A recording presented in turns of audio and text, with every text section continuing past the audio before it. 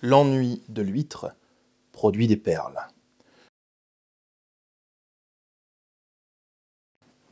Allez, c'est parti. Donc, pourquoi est-ce que vous vous ennuyez plus ou moins régulièrement, braves gens? Mais non, c'est pas la vie qui est pourrie. Enfin, pas toutes les vies, j'espère pour eux en tout cas. Bref. Donc pour pouvoir tenter de répondre à cette question, faisons un peu le tour de ce qu'on sait du phénomène. L'ennui nous est défini comme se présentant sous la forme d'un état émotionnel ou psychologique vécu par une personne dont l'occupation quotidienne est dépourvue d'intérêt, monotone. Sympa tout ça, hein? Mais attendez un peu Blaise Pascal. Ce joyeux drille nous laisse sa pensée sur l'ennui en ces termes. L'ennui.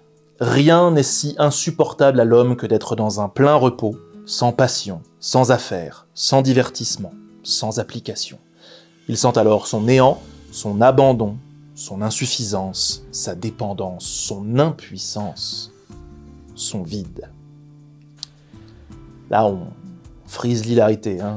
Ça se voit pas des masses, mais je vous jure que c'était un grand déconneur. Lucien l'a bien connu, et je peux vous dire que ça se gaussait chez les Pascal. Mais ne faites pas cette tête-là, Lucien. Bon, cela dit, avait-il raison? L'ennui peut-il être à ce point un véritable fléau? Saviez-vous pour commencer déjà qu'il en existerait 5 sortes différentes?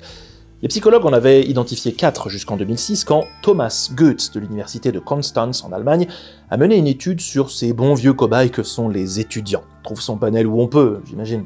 Bien, il leur a fait remplir 6 fois par jour pendant 2 semaines un questionnaire simple.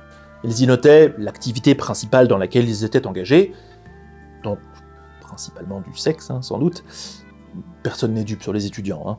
Et puis, sur une échelle de 1 à 10, leur niveau d'excitation. Alors oui, non, je vous vois venir, non, c'est pas ce genre d'excitation-là, c'est juste savoir s'ils étaient physiquement calmes ou agités, enfin voilà, une excitation musculaire, quoi, corporelle, enfin non, mais psychologique aussi, en fait. Voilà. Bon, bref, est-ce qu'ils étaient très calmes ou très agités? Voilà, je sais, j'ai pas réussi à chasser l'image. Désolé. Donc, ils notaient aussi leur niveau de valence, de 1 à 10 également, hein, c'est-à-dire à quel point ils vivaient leur situation positivement ou négativement. Cette expérience a donc dégagé 5 types différents d'ennuis, dont 4 étaient déjà bien connus avant. Tout d'abord, l'ennui indifférent. Relaxant, légèrement positif, c'est quand vous êtes globalement indifférent au monde qui vous entoure et que vous vous en échappez pour vagabonder dans votre tête. L'ennui de calibrage, légèrement désagréable, c'est quand vous errez dans vos pensées, mais que vous aspirez à changer quand même de situation. L'ennui de recherche, contrariant et acrimonieux, c'est quand vos pensées ne suffisent plus vraiment à contenir ce qui devient une recherche agitée et active de changement de distraction. L'ennui réactif, pénible et incommodant, c'est quand tout en vous n'est qu'une grande motivation à quitter une situation afin de trouver une alternative. Bon, vous avez compris la progression, mais là où ça devient intéressant, donc, c'est avec le 5e type d'ennui, l'ennui apathique, quasi dépressif. C'est quand vous nagez dans un sentiment d'impuissance totale, on est sur du désagréable absolu, mais avec aucune réaction, aucune réponse. Bon, quand je dis c'est quand vous, c'est façon de parler, j'espère que vous ne vivez pas tous ces ennuis régulièrement. Et je trouve ça fou qu'ils aient trouvé l'ennui apathique auprès d'étudiants. Faut changer de voix hein, quand on en est là. Non, Dodongo, je n'arrive pas à me figurer l'ennui que ça doit être d'attendre des millions d'années pour enfin pouvoir parler à quelqu'un. En revanche, j'ai une plutôt bonne idée de ce que ça fait d'entendre sempiternellement les soupirs d'un fossile râleur plastifié. Je ne souhaite ça à personne. Bien, vous ne l'avez peut-être pas remarqué, mais un mot important s'est glissé dans cette étude. C'est celui de distraction, qui est ici présenté comme un potentiel remède à notre problème du jour. Et c'est en effet de notoriété publique que pour arrêter de s'ennuyer, il faut trouver de quoi se distraire. Et je ne vais pas m'en plaindre, c'est sans doute une des raisons qui fait que vous êtes en train de regarder cette vidéo maintenant. Il y en a peut-être qui regardent pour d'autres raisons. Oui, peut-être, mais ne cassez pas mon raisonnement. Vous savez, j'avais déjà assez des deux zozos là pour me couper la parole tout le temps, j'ai pas besoin de vous. Hein. Je travaille là. Pardon. Oui, bah pardon, ravalez un peu votre aigreur. Hein. Donc, la distraction. Penser la distraction comme remède absolu à l'ennui peut être pour le moins non souhaitable. En effet, l'ennui est une émotion, et en tant que telle, elle a pour objectif de nous avertir de 2-3 trucs qui se passent autour de nous, mais aussi en nous. Certains psychologues, comme Robert Plutchik, considèrent qu'elles sont le fruit de l'évolution, et d'autres qu'elles ne sont qu'une construction sociale. Je vous propose simplement de regarder La roue des émotions de Robert Plutchik, donc, simplement parce qu'il s'agit d'un outil simple et visuel pour se figurer des niveaux d'intensité. L'ennui, selon cette roue, serait donc le premier palier de la sensation d'aversion. Et si tel est le cas, on comprend assez simplement l'intérêt de l'ennui. En effet, on comprend assez facilement comment le fait de ressentir de la rage, de l'extase ou de la terreur est utile pour nous autres humains. Tous ces états servent à nous aiguiller sur quel comportement il est bon ou non de reproduire, quelle situation il faut fuir ou chérir dans le but de survivre et de faire survivre l'espèce. Et il en va de même pour le dégoût, ou encore plus fort, la sensation d'aversion. Le fait de ressentir de la répulsion envers un certain type de situation nous aiguille et nous empêchera de chercher à reproduire cette situation plus tard. Plutôt utile, vous en conviendrez. Or, il se trouve donc que l'ennui serait le premier palier de cet état. Et donc, à ce titre, il serait une sonnette d'alarme pour notre cerveau, nous enjoignant à cesser l'activité en cours et à nous barrer ailleurs, à faire autre chose. Le cerveau n'aime pas l'inactivité, ni la répétitivité d'ailleurs. Et c'est bien pour ça qu'il génère cette sensation. Il cherche à maintenir une activité régulière afin de continuer à générer des neurones, car s'il n'est pas régulièrement exposé à de nouveaux stimuli, il s'atrophie. En quelque sorte, il ne se développe plus. Lucien... On va vraiment repartir sur ces bases-là? Dites, machin, quand vous avez reboot le muséum, là, vous auriez quand même pu rendre la parole au vieux crouton, là. On n'a pas assez de micros. Donc c'est cheap, en fait, la prod, quoi. Bon, Lucien, allez. Je sais déjà ce qui est écrit sur votre pancarte, en plus, mais je fais semblant, comme dans le script. Allez, allez-y. Voilà. Ginny, vous avez raison, Lucien. On va en parler. Illustrons donc ce point avec un cas extrême.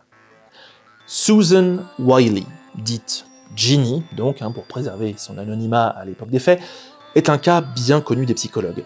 C'était une petite fille américaine née en 1957 qui, à l'âge de 2 ans, commençait tout juste à parler. Un médecin diagnostiqua que Susan était un peu lente, probablement mentalement retardée. Rien d'extrêmement grave jusqu'ici, une éducation stimulante aurait pu pallier sans aucun souci, au moins en partie, à sa condition. Mais Susan Wiley était l'enfant d'un couple pour le moins instable. Sa mère était partiellement aveugle à cause d'une cataracte, et son père était un déséquilibré mental. Pas vraiment d'autres mots. Il interpréta l'annonce du léger retard de sa fille à l'extrême, et la croyant profondément retardée, lui fit subir un sévère isolement et un maltraitement rituel, afin de la protéger. Je sais pas si ça se plaide, ça. Les coups de ceinturon pour faire rentrer les tables d'addition dans la tête. Bref, ce n'est pas avant l'âge de 13 ans que Susan a été découverte. 13 ans. Ouais. Oui, Dodongo, toi tu as attendu des millions d'années, mais je suis pas tout à fait certain que tu t'attires la compassion des gens là. Pendant 13 années donc, cet enfant était attaché toute la journée à un pot pour enfants, en couche culotte. Ouais, je comprends pas le principe non plus, mais bon, on n'est plus à un délire près, j'imagine. La nuit, quand elle n'était pas oubliée sur le pot, elle était enfermée dans un lit à barreaux recouvert d'un couvercle de métal. Son père la battait et lui hurlait dessus à chaque fois qu'elle essayait de s'exprimer. Et la maman, son mari lui interdisait d'aller la voir, comme ça au moins. Et donc pendant plus d'une décennie, elle fut complètement cloîtrée, laissée seule dans une pièce sans aucune forme d'échange, de quelque sorte que ce soit avec un humain. Elle devint presque muette et pouvait seulement babiller quelques mots comme une enfant, prononçant des « stop it » et des « no more ». Après la libération de son enfer, Ginny a été emmenée d'hôpital en hôpital, de spécialiste en spécialiste, elle est devenue un cas d'étude, et après être passée dans de nombreuses familles d'accueil, elle vit encore aujourd'hui dans un institut spécialisé en Californie.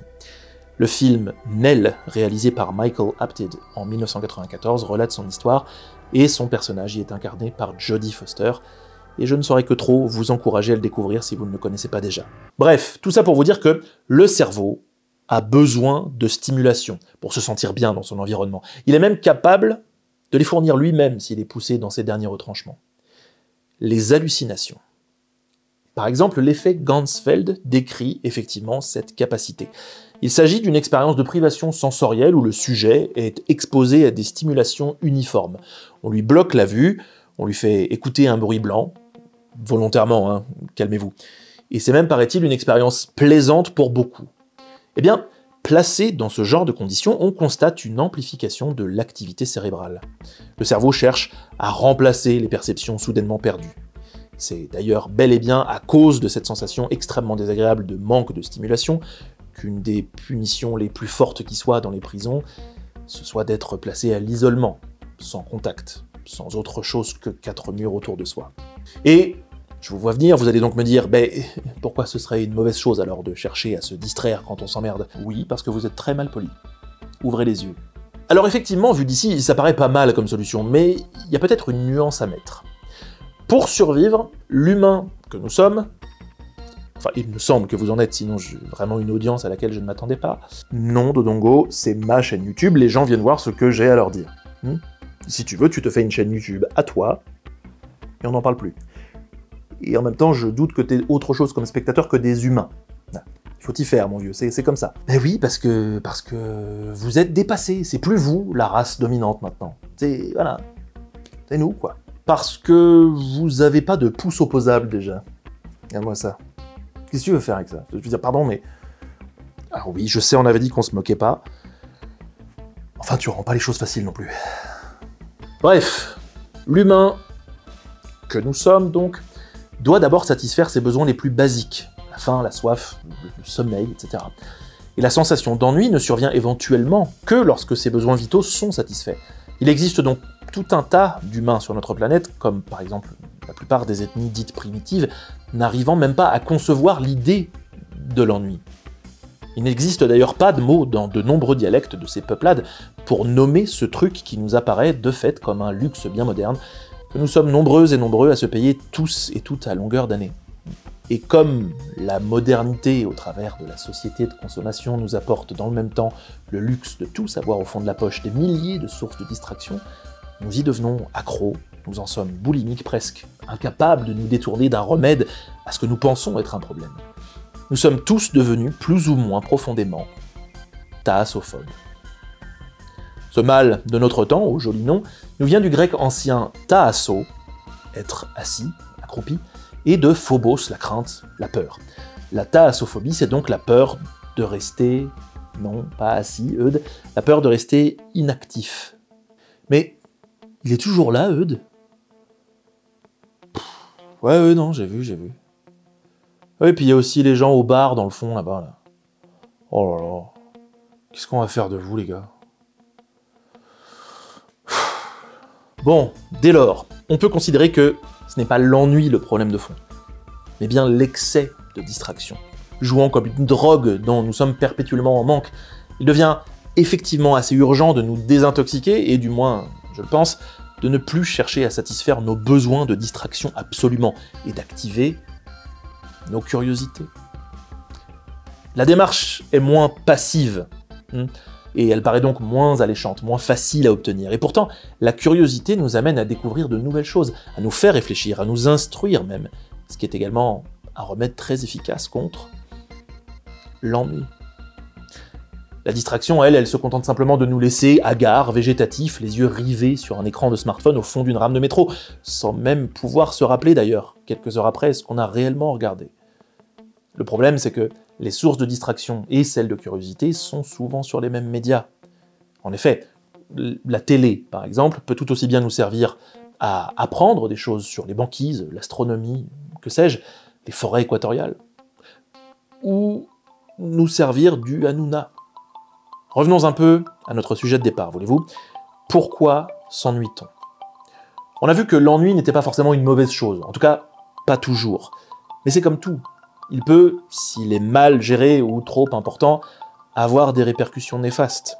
De l'ennui excessif peuvent effectivement naître toute forme d'addiction. Et pas seulement aux distractions. On constate sociologiquement qu'il est un facteur aggravant dans l'apparition de troubles comme l'alcoolisme par exemple. Il peut également se développer au point de devenir une maladie, la dépression. Mais l'ennui peut aussi être la situation de départ de nombreuses choses positives. En effet, on l'a vu avec la roue des émotions de Plutchik tout à l'heure, il est une version édulcorée du dégoût. Le dégoût, c'est une émotion que nous n'apprécions pas, qui nous pousse à nous éloigner de choses néfastes pour nous. Sa version moins intense, qui nous intéresse aujourd'hui, nous pousse simplement à générer ou à trouver une source de stimulation suffisante pour que l'environnement redevienne confortable. Il est donc parfois la source de notre créativité. Et l'art naît bien souvent de l'ennui. Ah mais, attendez.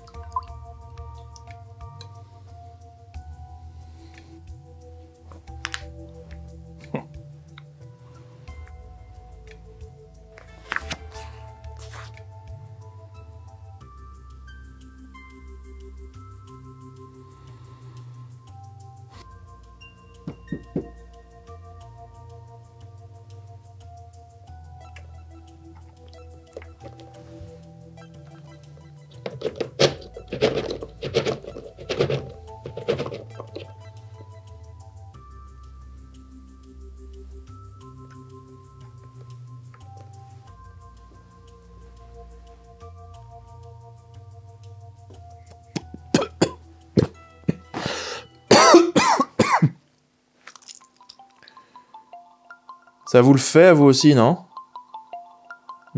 Quand vous vous ennuyez, votre perception du temps qui change, et vous avez la nette impression qu'il s'écoule au ralenti, que tout est terriblement long. C'est d'ailleurs bien souvent un des symptômes qui nous fait nous dire que nous nous ennuyons. Ah, le temps. Vaste sujet que celui du temps qui passe. Mais ce sujet n'est pas pour aujourd'hui. Eh bien, vous savez quoi? Je vous en parle la prochaine fois. En attendant la prochaine, soyez fiers de vous. Vous êtes le résultat d'une longue évolution, et votre cerveau vous le rappelle. Il veut que vous le stimuliez afin de créer de nouveaux neurones. Que ce soit de l'art, des souvenirs, des pensées, des activités en tout genre, en tout cas, de la stimulation. Et rappelez-vous qu'une des manières les plus puissantes de le stimuler, c'est d'activer votre curiosité. Alors d'ici la prochaine vidéo, restez éveillés et n'oubliez pas de vous demander pourquoi. À la prochaine. Merci Walter. Tu penseras à mettre toutes les sources en description, hein. Si les gens trouvent ça intéressant, ils peuvent continuer de se renseigner avec tout ça. Oui, enfin, il n'y a pas grand monde qui fait ça, hein. Allez regarder la description. Oh, je pense qu'il va y en avoir quelques-uns aujourd'hui. Si vous le dites.